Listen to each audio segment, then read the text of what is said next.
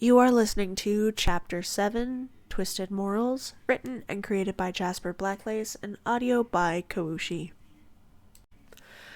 Clementine's POV.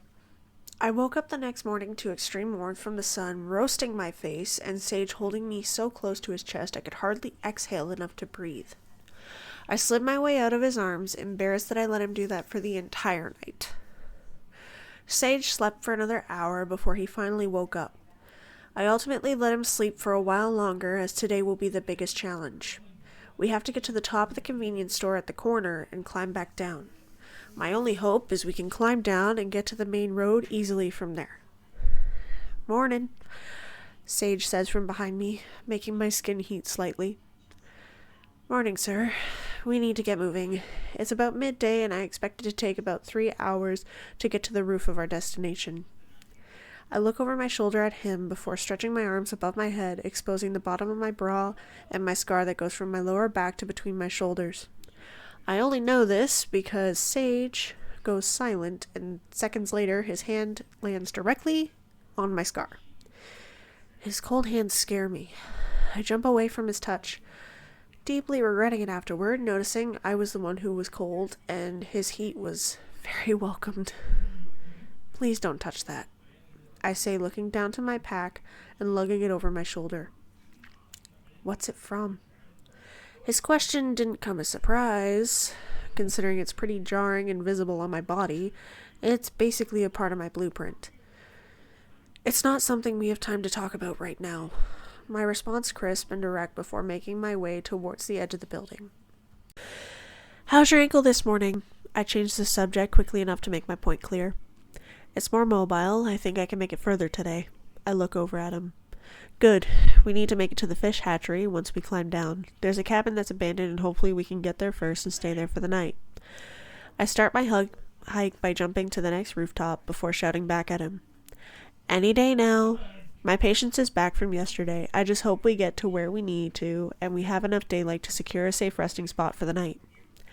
"Yes, ma'am," he yells back. He starts with a jog and then leaps onto the rooftop after me. Over the next 3 hours, we found sharp pulls of broken metal and took one for each of us. We both didn't find much after that. Once we got to the roof we were aiming for, we sat for lunch. I ate some chips and he ate a chocolate bar. "What's the plan now, boss?" he asks, popping the last of his bar into his mouth and chugging some water. We climb down and run to the main road. If we get to the cabin, there's a chance we can find a bike. Most of the kids that roam around there leave their bikes there, and if this happens during the day, we will most likely find one. It would probably be bad news for those kids, but thinking about that isn't ideal.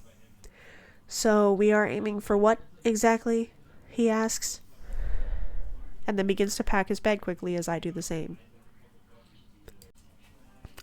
The goal is to find either a bike or a place to stay for the night.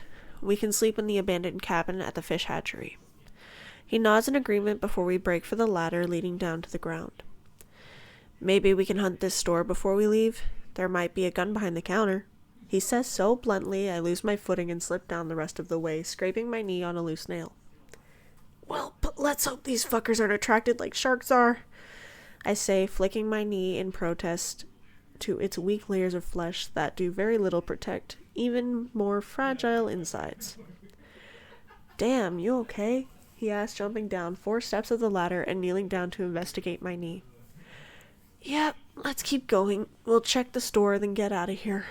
He grabs a bandana he had in his bag and wraps it around my knee before standing. "Where'd you find that?" I ask, tilting my head at him like a dog. "It was tied beside the ladder I found before climbing down, actually. Guess it was just a lucky find." His voice is cheerful as we make our way into the building. "I guessed right. They got a shotgun back here with 4 shells. Lucky us." He waves the open pack of ammo from behind the till as I find some first aid supplies and a few more food items from the shelves. "I got some first aid stuff, so we should be good on that for a while. Look for anything else you might want for yourself as we go," I tell him before looking down the hygiene section, finding some pads and tampons and shoving them into my bag. I also found some bleach pens and pocketed them too. Hey, the back door is locked. Maybe we can pry it open with something? Sage shouts from across the store as I come across a newspaper stand tipped over with paper all over the floor, deciding to grab a handful and shove it into my bag. Maybe try one of the poles we found? I shout back, walking over to him. We both grab hold of the dull end of the pole and place the sharp part in between the door and its frame before we both push forward, and after a few minutes we pry the door open, sending it slamming into the wall. The storage room was filled with cleaning supplies and 2 boxes of ammo for the shotgun, with a small pistol resting on the counter next to the computer. Our luck is only growing, it seems, he says before handing me the pistol and grabbing the extra ammo. I laughed at him, taking the gun and checking the chamber. I had 3 rounds loaded.